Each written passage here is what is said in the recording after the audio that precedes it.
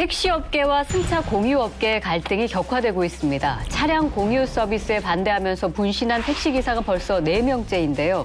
이와 관련해서 타다의 이재용 대표가 죽음을 이익을 위해서 이용하는 일은 없어야 한다면서 논쟁에 불씨를 당겼습니다. 이번에 상당히 센 강도 높은 발언을 좀 했는데요. 이재용 대표가 누구냐? 그 유명한 다음 있죠. 네. 다음엔 창립자입니다.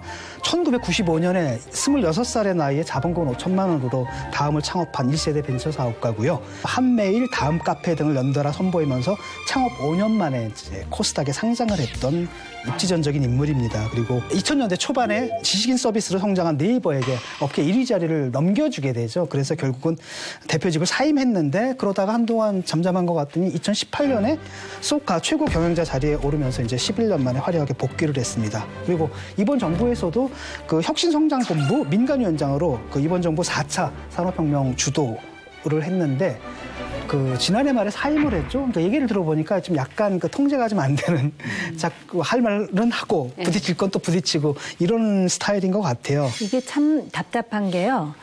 이게 이제 4차 산업혁명과 이제 연동되는 주제잖아요. 소위 그 인포메이션 커뮤니케이션 테크놀로지와 소비자를 앱을 통해서 연결하는 새로운 그 어떤 그 뭐라 그러나 생태계가 만들어지는 거예요.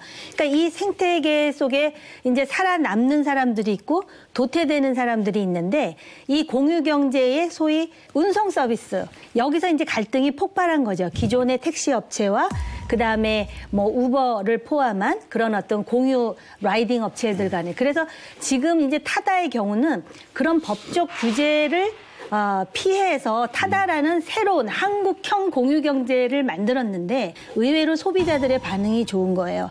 그러다 보니까는 택시 업계들이 반발하고 극단적 선택을 하는데 문제는 그러니까 이게 상당히 어려운 것 같으면서도 쉽게 얘기를 하면 과거에 이제 자동차가 생겼을 때 마차 끌던 사람들이 반발하는 거라고 보면은 좀 쉬운 표현이 될까요? 근데 이게 지금 타다를 그래서 규제해도 문제가 되는 게 뭐냐면 몇 년 후가 되면은 이 생태계가 완전히 바뀌어가지고 타다를 막아도 택시 업계는 여전히 어려움에 직면할 수 있어요. 그럽니다. 우리 패널 분들 가운데 혹시 타다 타보신 분 계세요? 혹시 타다 타보신 분 계세요? 예. 어떠세요? 제가 원래 투지폰이잖아요. 그래서 밤 늦으면 택시를 못 잡아요. 그러니까 누군가 보다 못해가 나한테 타다를 해줬어요. 그래서 타봤는데 대충 그 보통 택시 요금보다 조금 더 비싸요. 10% 정도. 그런데 문제는 뭐냐면 이 차가 크거든요. 11인승이래야 돼요. 그다음에 뭐 내부에 뭐 향기도 좀 있는 거 같고 그러니까 쾌적해요.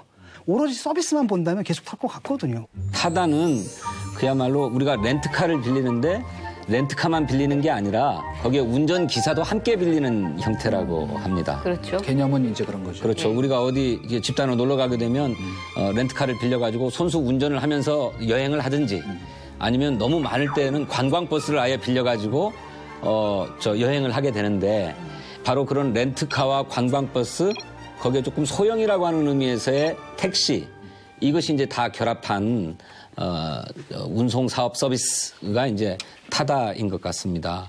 약간의 편법성은 있지만 11인승 이상 15인승 이하의 승합차의 경우에는 운전기사를 알선할 수 있다라고 하는 조항이 있기 때문에 이 렌터카를 운전기사와 함께 빌려서 혼자 타든 둘이 타든 아니면 10명이 타든 그거는 관여할 바가 아니라는 거죠. 택시업계의 주장은 원래 이게 렌터카라면 승객을 운송시켜주고 난 다음에 이 차는 반드시 차고지로 돌아가야 된다. 그렇죠. 그런데 차고지에 돌아가지 않고 시내를 배회하다가 또 호출하는 승객이 있으면 가서 태운다. 이거는 콜택시나 다른 바가 없는 것이기 때문에 이를테면 불법 콜택시 영업이다라고 그렇죠. 그렇게 주장하고 있는 거죠. 아직까지는 사업을 시작하기 때문에 지금 타다도 지금 흑자를 내는 상황은 아니라 그럽니다. 그런데 분명히 기존의 택시 업계에 심각한 도전이 되는 건 맞죠. 그런데 더 심각한 문제는 뭐냐면 앞으로 10년 후, 15년 후에는 기사가 필요 없는 자율주행차가 전기차, 수소차의 형태로 다닌단 말이에요. 그러면 어차피 타다를 지금 묶어놓더라도 네. 지금 택시 업계는 더 큰 도전에 시달리게 된다는 거예요. 그러면 지금부터 근육을 키워줘야 되잖아요. 근데 과연 면허를 타다에 넘기는 것이 이들에게 근육을 키워주는 거냐를 이재용이란 사람이 다소 거친 언어로 표현하면서 얘기한 것이죠. 네. 그게 뭐냐면 이런 겁니다. 일단 택시 업계에는 면허가 있잖아요. 면허가 있다는 것은 무슨 의미냐면 택시 시장은 자유시장이 아니다라는 얘기예요. 택시 사업을 하기 위해서 사람들이 써야 할 비용이 있어요. 그게 이제 택시 면허를 사는 비용이었단 말이죠. 이 사람들은 그런 면허 비용을 지불하지 않고 들어오기 네. 때문에 실제로는 다른 사람들이 엄청난 비용을 들여가지고 만들어 놓았던 시장에 그냥 무임승차하는 거거든요. 네. 근데 그래서 나온 부가가치를 정말 혁신을 통해서 얻어냈느냐라고 했을 때 의문이 생기는 거죠. 그렇습니다. 전국적으로 택시가 개인 택시 16만, 회사 택시 한 6만 해가지고 한 25만쯤 있습니다. 근데 이게 택시가 포화를 넘어서 초과 상태예요. 그래서 이 택시를 없애야 되면 감차해야 될 요구가 있기 때문에 정부는 신규 면허는 안 내줍니다. 그러니까 면허 시장이 형성된 거예요. 이 택시 면허를 가지고 있는 사람은 아까 값을 받고 팔 수가 있는데 대략의 시세가 한 1억쯤 된다고 그럽니다. 네. 최근에는 좀 많이 떨어져가지고 6,500만 원 간다고 하는 얘기도 있습니다만 그런데 이를테면 타다라든지 이런 어플리케이션을 이용한 신규 업체들은 그런 영업비용이 없이 막 들어오는 거예요. 네. 그러니까 이를테면 김종호, 이찬진 이런 분들이 그러지 말고 타다나 이런 데가 면허를 사서 그 타다 서비스를 해라 라고 이렇게 제안을 하고 있는 거죠.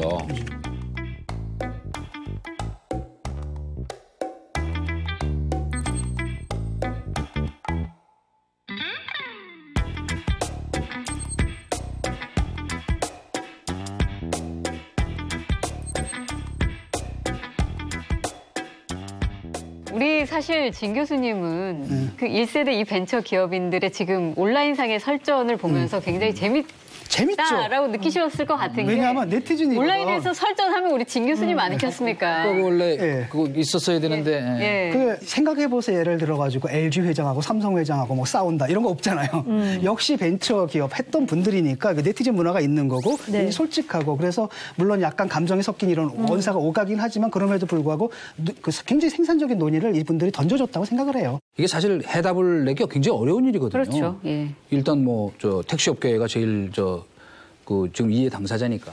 그러나 이 과정에서 이제 그 정부의 어떤 이 조정 능력이 좀 눈에 잘 보이지 않는다. 왜냐하면 자기네끼리의 논쟁도 논쟁이지만 산다고 해서 모든 게 해결되는 게 아니고 그 사람들의 차후의 어떤 후생복지나 생계 문제나 이런 것까지도 시스템으로서 만들어 줘야 되는 거 아니냐. 그러면 자, 당은 입법 서두르고 이쪽은 사회적 대타협을 좀 주도하는 무슨 그런 적극적인 행보가 좀 있어야 되는데 골치 아픈 건 손 안 대겠다? 근데 밀어붙여 되지도 않아.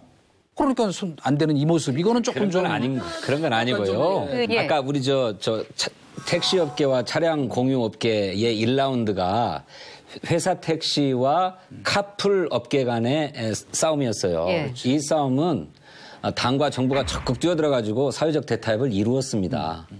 두 번째로 2라운드가 시작된 게 이를테면 이제 개인 택시와 타다 사이의 싸움입니다.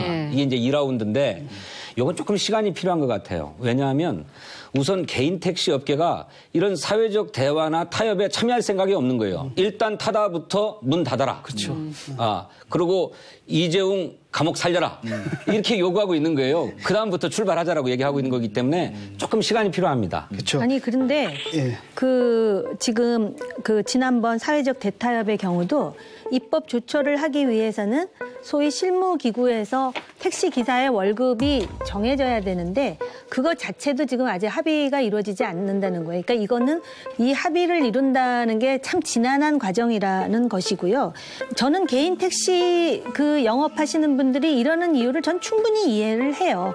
그런데도 불구하고 지금 이 타다 타다와 관련해가지고 그런 밀려오는 이 공유경제의 물결을 그냥 쇄국으로 막아둘 수 없는 상황이라면 아까도 말씀하셨듯이 정부가 적극적으로 중재를 해야 돼. 대타협을 하고선 당신들끼리 해보시오가 아니라 적극적으로 중재를 해야 되고 앞으로 이러한 이해 충돌이 일어나는 이러한 일들은 굉장히 많은데 공유 경제에서 정말 중요한 건 이해 당사자도 중요하지만 결국 일반 국민 소비자라는 관점도 또 있다라는 걸 말씀드리고 싶어요. 타다 논란이 기업과 또 정부 간의 설전으로도 이어졌는데 금융당국 최고 책임자인 최종구 금융위원장과 이재용 대표가 서로를 향해서 아주 거침없는 발언을 내고 있었죠. 이재용 대표가 죽음을 이익을 위해서 이용하지 말라라고 좀 상당히 문제가 될 수 있을 만한 강한 발언을 했고요. 여기에 대해서 최종구 위원장이 비판을 했습니다.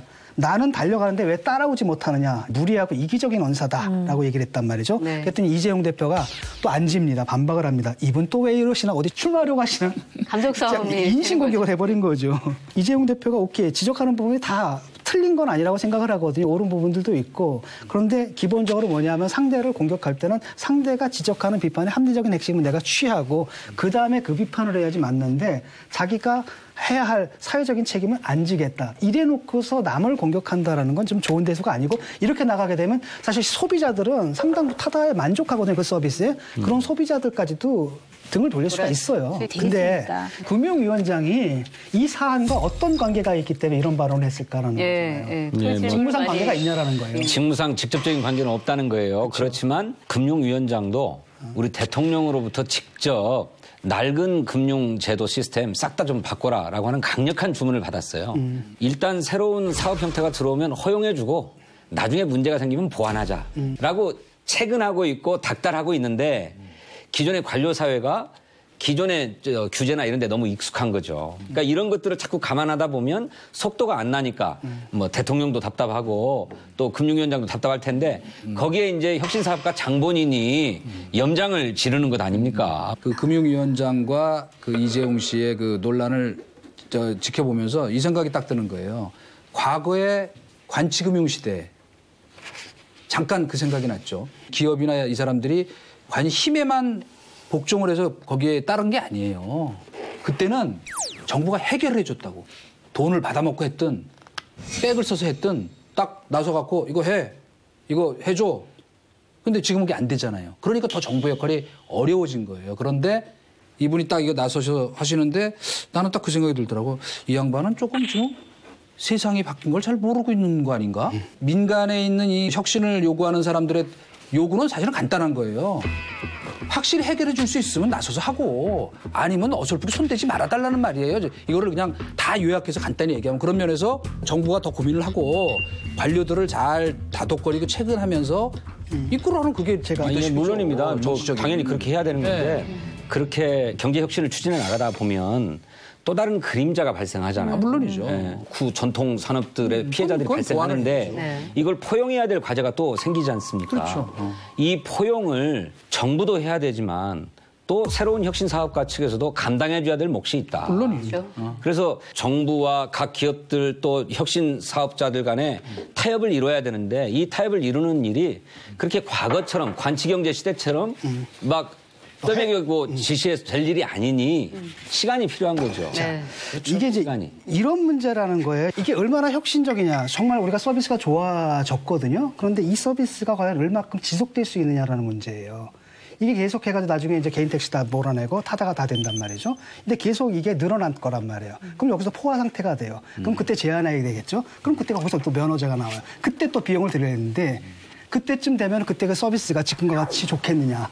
그건 아니라는 거고. 그거는 너무 단선적이다. 왜냐하면 그러니까 경쟁이 활성화되면은 그 안에서 서비스 경쟁이 일어나고 요금이나 경쟁이 일어나고 그래서 자연적으로 시장이 그 생태계로 작동을 하지. 아니요. 그렇게 되나요? 지금 말하면 택시가 지금 과당 경쟁 때문에 지금 나라에서 돈 주고 걷어들이는 상황이란 말이죠. 쉽게 말하면 시장에서 택시 수를 제한하는 데는 상당히 합리적인 이유가 있고 그 합리적인 이유가 이 타다 차량이라고 비껴가진 않는다라는 거예요. 이들도 언젠가 그 비용을 갖다가 지불해야 되는데 지금 그 지불의 비용을 기존의 택시 업계에서 자들이 뺏어먹고 있는 상황이라는 거예요. 그러니까 이게 문제를 해결하려면 양쪽 얘기를 다 들어봐야 되거든, 이해관계를. 근데 문제는 뭐냐면 지금 저쪽에서 택시 업계에서는 아예 그냥 타다 없애버려라 이렇게 얘기를 하는 상황이고 저쪽에서는 우리 돈 못 내겠다는 상황이란 말이죠. 그러니까 정부가 지금 해야 될 것은 일단 논쟁을 해야 되고 양쪽의 얘기를 다 들어본 다음에 그 안에서 합리적인 중재안을 마련해가지고 해야 되는 거죠. 근데 이게 굉장히 오래 걸릴 거라는 거예요, 실제로. 세상이 완전히 지금 달라지고 있는 거예요. 그러니까 우리가 조금 아까 말씀하신 건 맞아요. 이제 어떤 상황이 벌어지긴 할 거예요. 불가예측한. 근데 교수님이 예측하신 그 상황이 아니라 전혀 불가예측한 또 다른 상황이 벌어질 수 있어요. 제가 오늘 이 용어를 너무 많이 썼는데 그것도 지금 진화하고 있는 과정인데 우버 말이에요, 우버. 우버가 이게 얼마나 활성화돼 있어요, 미국에. 그러다 보니까 우버 기사들의 또 후생 문제가 생기는 거예요. 월급이 낮고 똑같은 문제예요. 똑같은 문제가 생기는데 어떤 상황이 벌어지느냐. 미국 부동산 업계에서 우버 택시 기사들을 활용해요. 어쨌든 택시를 타고 돌아다니잖아요. 근데 부동산 업계에서 빈집들을 찾아서 우버 기사로 하여금 사진 찍어서 보내라 그래요. 그럼 부동산 업체에서 그거를 레노베이션을 한다든지 해서 집을 팔잖아요. 그러면 그중에 일부 코미션을 우버 기사한테 줘갖고 부업이 생기는 거예요. 그러니까 우리가 전혀 상상하지 못한 새로운 시대가 오고 새로운 파도가 오고 있어요. 그치. 그러면 이거를 그냥 먼저 올라타는 사람은 가게 하고 뒤처진 사람에 대해서는 택시 면허와 같이 보호해주고 이걸 해야 되는데 야, 너 먼저 나가지 말고 같이 붙들고 있으면 얘네 둘 다 망한다는 거야. 그러니까 그런 말씀은 아니고 그런 건 아니고. 뭐 그렇게 장밋빛으로만 불가야측한 세상이지만 장밋빛으로만 가면 좋지요. 근데 꼭 아니, 그런 것만은 아닐 장밋빛 거잖아요. 아니라는 얘기를 하는 거예요. 예, 그러니까 그늘이 있을 수 있고 필요한 규제는 해야죠. 그늘이 있기 때문에 그늘을 보듬어 안는 노력이 필요하다. 그건 이재용도 똑같이 인정하는 겁니다. 다 인정하는 얘기죠. 당연히 그렇게 해야 되는데 본인도 한다 그랬어요. 그 그늘을 보듬는데 정부가 제일 먼저 잘 나서야 될 것이고 두 번째로는 기존 택시 운전 기사들도 이 시대적인 흐름이 이렇게 가는구나라고 하는 건 솔직히 인정해야죠. 여기에 저항만 해서는 안 된다라고 하는 것을 인정하고 상생할 수 있는 방을 찾아야 된다. 그렇습니다. 서로 찾아야 된다. 예.